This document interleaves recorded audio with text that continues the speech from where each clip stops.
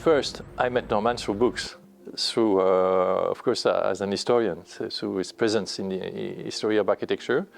And I met, strangely, Norman in person lately, because I received a phone call from him directly, and I was very surprised. Said, "Hello, I am Norman Foster, and I would like to know if it's possible to visit the Tadao Ando exhibition." And I say, "Oh, I will be very pleased to introduce you to this exhibition." And I made a full visit of the exhibition.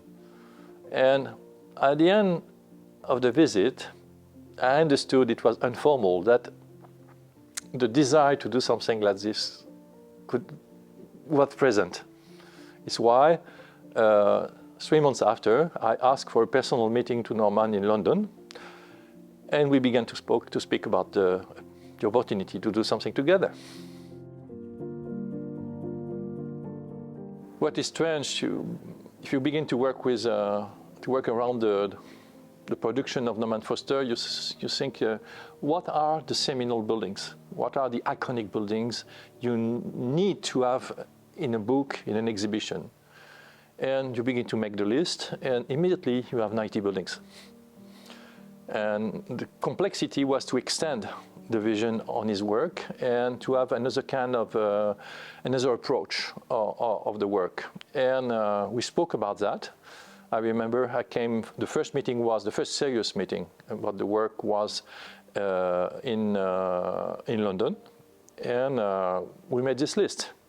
And immediately we understood that it was necessary to do something else and to extend the understanding of the work. And coming to Madrid, I made some other proposals. And going through the text written, I had to read everything. I understood that there is something hidden in the work, none avoid. And it was the idea of the notion of the theory of systems.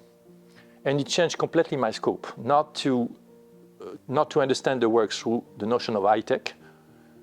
Frequently, Norman pushed away, because this was a kind of a reification, a formalization of his work, and going through the development of the work through years, which began, of course, in Yale and so on, but also in the English context. The reception, a certain success of the exhibition depends from the tension between two parameters. The public who don't know a word about the architecture of Norman Foster understand immediately that there is something universal in the work.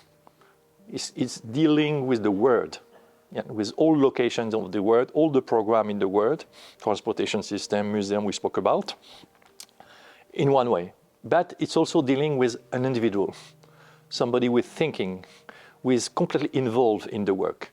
And this tension between the universal and the particular is absolutely fascinating.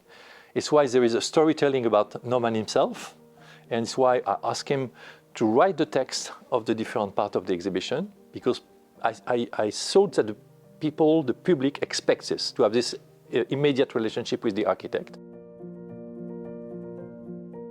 We made the first project for the SARS gallery here at the Pompidou on 800 meters square. And speaking with Norman and Elena, we understood that it was important to show the drawings.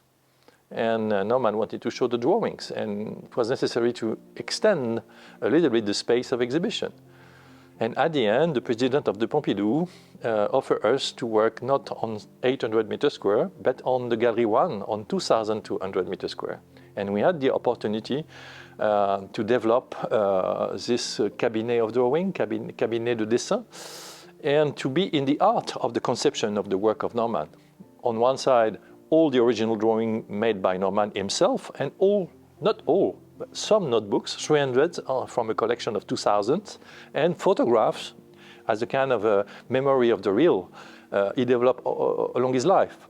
And I was absolutely frightened, because it was difficult for me to understand how the public, a larger public who don't know a word about architecture, could be interested by drawings of architecture, which are really abstract and conceptual.